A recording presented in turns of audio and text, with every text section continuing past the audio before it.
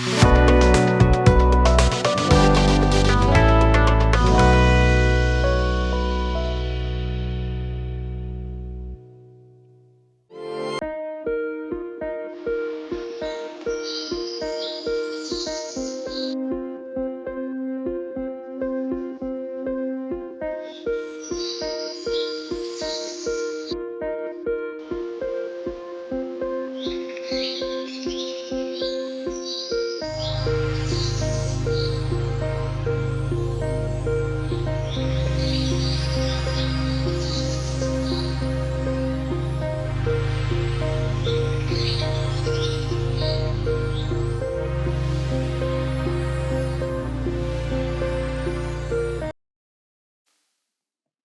जीशु ख्रीष्ट अति बहुमूल्य नाम आपण मान समस्त को संपर्क इंडिया आज कार्यक्रम को स्वागत जनाए। प्रभु प्रत्येक को बाहुल्य रूपे आशीर्वाद करंतु। आज जो प्रसंग रे प्रभु वाक्य शुणा प्रसंग शीर्षक है दुख भोगर उपकारिता। ख्रिस्टियन जीवन रे दुख केमिति उपकार आसे आमर केमिति लाभ रे आसे ता हम कहवाई चाहे। प्रिय भाई भण मैंने आम अनेक थर भावु जे दुख आम गोटे कष्टदायक जंत्रणादायक से किसी मिल न थाए कहीं आम जीवन में दुख आसूची ए प्रकार आम अनेक थर भावी था आ स्वाभाविक कारण आम दुख भोगर उपकारिता जे दुख भोग आम जीवन में कौन आशीर्वाद नहीं आसे ता माने जानी पारि न था बुझी पारि न था। आज प्रसंग रे ता हम आपण मान सहित रखा चाहे। मस्त खोलतु दयाकोरी एवरी तार 2 पर्व 10 पद एवरी 2 पर्व 10 पद एटा लिखा जाए कारण जहाँ निमंते और जहाँ द्वारा समस्त सृष्ट अनेक संतान को गौरव रे प्रवेश कराइबारे सेमानक परित्राणर कर्ता को दुख भोग द्वारा सिद्ध करबा ताहांकर उपयुक्त थिला। एटा लिखा जाए जे दुख भोग द्वारा सिद्धता प्रभु जीशु ख्रीष्ट विषय लिखा जाए जे से दुख भोग द्वारा सिद्धता आड़ अग्रसर होउछंती। प्रभु आम अनुग्रह करंतु। बेले बेले आम जीवन में दुख आसे किंतु ये दुख कौन पाई आसे ता बुझी पारि न थाउ जे दुख आम समस्ते जानू जे आम भल समय आम प्रभुंकर जेते निकटतर हे ना आम दुख समय कष्ट समय आम प्रभु निकटतर होइछु। सुख भोग आमान को जिते प्रभु को कति आनी अपेक्षा दुख भोग आमान को अधिक मात्रा रे प्रभु को निकटवर्ती कर प्रभु का नाम धन्यवाद हो। प्रथम पितर तार 2 अध्याय तार 17 और 18 पद मुझे निमंते पढ़ाई चाहे। आम जदि 19 पद देखा 19 और 20 पद एटार प्रकार लिखा जाए प्रथम पितर 2 पर्व 19-20 कारण केही जेबे ख्रीष्ट को साक्षात मानी अन्याय दुख भोग करी कष्ट सह्य करे तेबे ताहा प्रशंसार विषय। दुख भोग पुणी अन्याय बेले बेले आमान जीवन भी दुख आसे अन्याय आमान प्रति ता घटे आ लिखा जाए आमान प्रशंसार विषय। तेणु तुम्हें माने अपना अपना दोषरु जदि प्रहार सह्य कर तेबे से अबा कौन सुख्याति किंतु जदि सत्कर्म करी दुख सह्य करो तेबे ताहा ईश्वर को निकट में प्रशंसार विषय।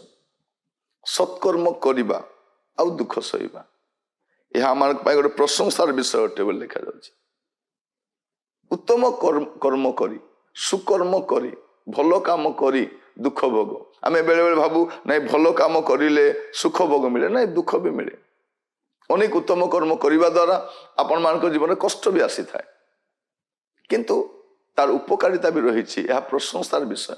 जदि आप देखिए प्रथम पितर तार 4 पर्व 14 पद जदि तुम्हें माने ख्रीष्ट को नाम सकाशे निंदित हुओ ताहेले तुमाने धन्य कारण गौरवमय आत्मा अर्थात ईश्वर को आत्मा तुम ठारे अधिष्ठान करुअछंती।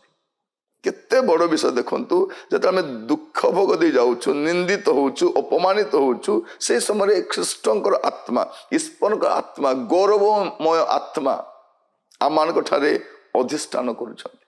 केते बेले दुख भोग मध्य या आपण मान कहिबा पई चाहे जे आमान को जीवन में दुख कष्ट समस्या आसे एटा आमर क्षति पाई नुह आम अनेक थर विचलित हो जाओ कहीं प्रभु मो जीवन में कष्ट आसुची ଅନେକ ଥର ଆମେ ବୁଝିପାରି ନଥାଉ, ତାର ସୁଫଳ ଆମେ ଜାଣିନଥାଉ, ତେଣୁ ଆମେ ବହୁତ ବ୍ୟତିବ୍ୟସ୍ତ ହଉ। ତାପରେ ଆପଣ ଦେଖିବେ 16 ପଦ, କିନ୍ତୁ କେହି ଯଦି ଖ୍ରୀଷ୍ଟିଆନ ହେବାରୁ ଦଣ୍ଡ ଭୋଗ କରେ ତାହେଲେ ସେ ଲଜ୍ଜାବୋଧ ନ କରୁ, ବରଂ ସେହି ନାମ ହେତୁରୁ ଈଶ୍ୱରଙ୍କ ମହିମା କୀର୍ତ୍ତନ କରୁ। ଦେଖନ୍ତୁ, ଦୁଃଖ ଭୋଗ ଆମମାନଙ୍କ ପାଇଁ ଏଇ ଦିନ ମାନଙ୍କର ଖ୍ରୀଷ୍ଟିଆନ ହେବାରୁ, ବିଶ୍ୱାସୀ ହେଇଥିବାରୁ ଆମମାନଙ୍କୁ ଗୁଡ଼ାଏ ପ୍ରକାର ନିନ୍ଦା ଅପମାନ ସହ୍ୟ କରିବା ପାଇଁ ପଡୁଛି, ଅକାରଣରେ କୌଣସି ଭୁଲ ନ କରିକି। ଆମେ ଦେଖୁଛୁ, ମିଡିଆ ସାମ୍ନାରେ ମଧ୍ୟ ଦେଖୁଛୁ, ନାନା ଖବରରୁ ଆମେ ଶୁଣୁଛୁ, ଅନେକ ଲୋକ ଖ୍ରୀଷ୍ଟିଆନ ହେବାରୁ ଅକାରଣରେ କୌଣସି ଭୁଲ ନାହିଁ, କାହାର କ୍ଷତି କରନ୍ତି ନାହିଁ, ତଥାପି ସେମାନେ କଷ୍ଟ ସହ୍ୟ କରନ୍ତି। ଲେଖାଯାଉଛି କ'ଣ, ଯେ ଏହା ଆମ ପାଇଁ ଗୋଟେ ଆଶୀର୍ବାଦର ବିଷୟ ଅଟେ। ସେ କ'ଣ କରୁ, ଏଇ ନାମ ହେତୁରୁ ଈଶ୍ୱରଙ୍କର ମହିମା କୀର୍ତ୍ତନ କରୁ। ସେ ଗୁଣୁଗୁଣ ନ କରୁ, ସେ କାହିଁକି ମତେ ଦୁଃଖ ଭୋଗ ଆସୁଛି ବୋଲି ନ କହୁ, କିନ୍ତୁ ସେ ଏହା ଗୌରବର ବିଷୟ ବୋଲି ମନେ କରୁ। ପ୍ରଭୁ ଆମମାନଙ୍କୁ ଅନୁଗ୍ରହ କରନ୍ତୁ। ଖ୍ରୀଷ୍ଟରେ ପ୍ରିୟ ଭାଇ ଏବଂ ଭଉଣୀମାନେ, ଆମମାନଙ୍କ ଜୀବନରେ ମଧ୍ୟ ନାନା ପ୍ରକାର ପରିସ୍ଥିତି ଏ ଦିନମାନଙ୍କ ଦେଖାଯାଉଛି। ମୁଁ ଆପଣମାନଙ୍କୁ ଏଇଥିପାଇଁ ଆଗରୁ କହି ରଖେ ଯେ ଦୁଃଖ ଭୋଗର ଉପକାରିତା ରହିଛି। ଖ୍ରୀଷ୍ଟଙ୍କ ସକାଶେ ଦୁଃଖ ଭୋଗ କରିବା, ତାଡ଼ନା ସହ୍ୟ କରିବା, ନିର୍ଯାତିତ ହେବା, ଅପମାନିତ ହେବା, ଲଜ୍ଜିତ ହେବା, ଲୋକମାନଙ୍କୁ ଥଟ୍ଟା ପରିହାସ କରନ୍ତି, ଏହା ଆମ ପାଇଁ ଗୋଟେ ଆଶୀର୍ବାଦର ବିଷୟ ଅଟେ। କାରଣ ଆମମାନଙ୍କର ନାମ ଖ୍ରୀଷ୍ଟଙ୍କ ସହିତ ଜଡ଼ିତ ହୁଏ, ଆମେ ତାହାଙ୍କ ସକାଶେ ନିନ୍ଦିତ ହଉ, ଗୋଟେ ଉତ୍ତମ କାର୍ଯ୍ୟ କରିକି ନିନ୍ଦିତ ହଉ। ପ୍ରଭୁ ଯୀଶୁ ଖ୍ରୀଷ୍ଟ ଦୁଃଖ ଭୋଗ ଦ୍ୱାରା ସିଦ୍ଧତା ଲାଭ କରୁଛନ୍ତି। ଆପଣଙ୍କ ଜୀବନରେ, ମୋ ଜୀବନରେ ମଧ୍ୟ ଏ ଦୁଃଖ ଭୋଗ ସିଦ୍ଧତା ନେଇ ଆସେ। ଆମମାନଙ୍କ ଜୀବନର କଷ୍ଟ, ଦୁଃଖ, ସମସ୍ୟା, ନାନା ପ୍ରକାର ପରିସ୍ଥିତି ଆମମାନଙ୍କୁ ପ୍ରଭୁଙ୍କ ନିକଟବର୍ତ୍ତୀ କରାଏ। ପ୍ରଭୁ ଆପଣମାନଙ୍କ ପ୍ରତ୍ୟେକଙ୍କୁ ବାହୁଲ୍ୟ ରୂପେ ଆଶୀର୍ବାଦ କରନ୍ତୁ। ଦୁଃଖ ଭୋଗ କରିବା ସମୟରେ ଜମା ବିଚଳିତ ହୁଅନ୍ତୁ ନାହିଁ। ପ୍ରଭୁ ଆପଣମାନଙ୍କ ସହିତ ରହି କଢ଼େଇ ନିଅନ୍ତୁ। ଆସନ୍ତୁ ପ୍ରାର୍ଥନା କରିବା। ମହାମଙ୍ଗଳମୟ ସ୍ୱର୍ଗସ୍ଥ ପିତା, ଆମେ ଆପଣଙ୍କୁ ଧନ୍ୟବାଦ ଦେଉଛୁ। ପ୍ରଭୁ ଦିନମାନଙ୍କରେ ଚତୁଃପାର୍ଶ୍ୱରେ ନାନା ଅପମାନ, ଦୁଃଖ, ନିନ୍ଦା, ତାଡ଼ନା, ପ୍ରଭୁ ତାରି ମଧ୍ୟରେ ତାର ଆଶୀର୍ବାଦକୁ ବୁଝିବା ପାଇଁ ସାହାଯ୍ୟ କର। ଆମର ପ୍ରତ୍ୟେକକୁ ଦୟା କର ପ୍ରଭୁ, ଯେପରି ଆମେ ପ୍ରତ୍ୟେକ ପ୍ରଭୁ ଏ ବାକ୍ୟର ମହତ୍ଵକୁ ବୁଝିପାରିବୁ। ଆମମାନଙ୍କୁ ଦୟାକରି ସାହାଯ୍ୟ କର ପ୍ରଭୁ। ଯେଉଁ ଭାଇ ଭଉଣୀମାନେ ଦୁଃଖ, ନିନ୍ଦା, ତାଡ଼ନା, ଅପମାନ ଦେଇ ଗତି କରୁଛନ୍ତି, ସେମାନେ ଯେପରି ଏହା ଯେ ସେମାନଙ୍କ ପାଇଁ କେତେ ଆଶୀର୍ବାଦଜନକ ଏହା ବୁଝିବା ପାଇଁ ସାହାଯ୍ୟ କର ପ୍ରଭୁ। ଆପଣଙ୍କ ଆତ୍ମା ସେମାନଙ୍କ ଉପରେ ଅଧିଷ୍ଠାନ କରୁଅଛନ୍ତି, ଏହା ବୁଝିବା ପାଇଁ ସାହାଯ୍ୟ କର ପ୍ରଭୁ। ସେମାନଙ୍କ ସହିତ କେହି ରୁହନ୍ତୁ ବା ନ ରୁହନ୍ତୁ, ଆପଣଙ୍କ ଆତ୍ମା ସେମାନଙ୍କ ସହିତ ରହିବେ, ଆପଣ ସେମାନଙ୍କ ସହିତ ରହିବେ, ଏହା ବୁଝିବା ପାଇଁ ସାହାଯ୍ୟ କର। ପ୍ରତ୍ୟେକଙ୍କୁ ନାମ ଧରି ଆଶୀର୍ବାଦ କର। ପ୍ରାର୍ଥନା ଶୁଣିଲ ପ୍ରଭୁ, ସେଥିପାଇଁ ଧନ୍ୟବାଦ ଦିଏ। ଆଦର, ମହିମା, ଗୌରବ ଆପଣଙ୍କୁ ଦେଇ ପ୍ରାର୍ଥନା ମୋର ପ୍ରାଣର ପ୍ରିୟ ଯୀଶୁଙ୍କ ନାମରେ ମାଗିଲି, ଆମେନ୍, ଆମେନ୍। ପ୍ରଭୁ ଆପଣମାନଙ୍କ ପ୍ରତ୍ୟେକଙ୍କୁ ବାହୁଲ୍ୟ ରୂପେ ଆଶୀର୍ବାଦ କରନ୍ତୁ। ଆସନ୍ତା କାଲି ପୁଣି ଥରେ ନୂଆ ଅଧ୍ୟାୟରେ ସାକ୍ଷାତ କରିବା। ସେତେବେଳେ ପର୍ଯ୍ୟନ୍ତ ପ୍ରଭୁରେ ରୁହନ୍ତୁ, ସୁସ୍ଥିରେ ରୁହନ୍ତୁ। ନମସ୍କାର।